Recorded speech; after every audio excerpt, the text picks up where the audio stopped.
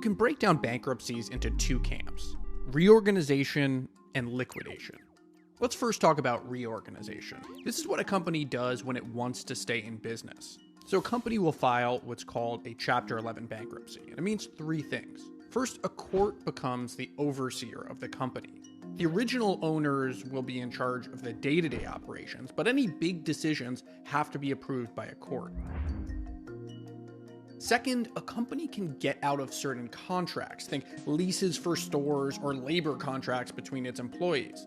This can be great for businesses, but not great for the people on the other ends of those contracts, like landlords or employees.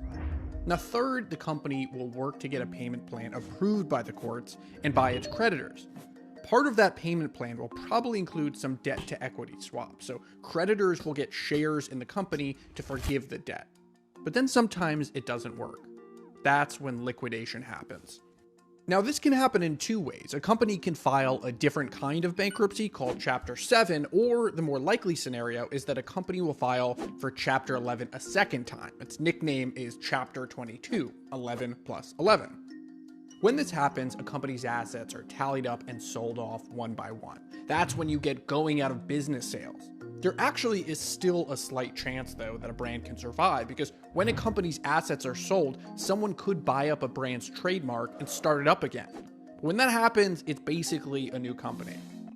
So when you hear a company you like declared bankruptcy, know that it's not a death sentence. There are plenty of companies that have filed for Chapter 11 bankruptcy, reorganized their debts, and it worked. They kept on going. General Motors, Chrysler, pretty much every airline, they all filed for bankruptcy, reorganized their debts, and went back to work.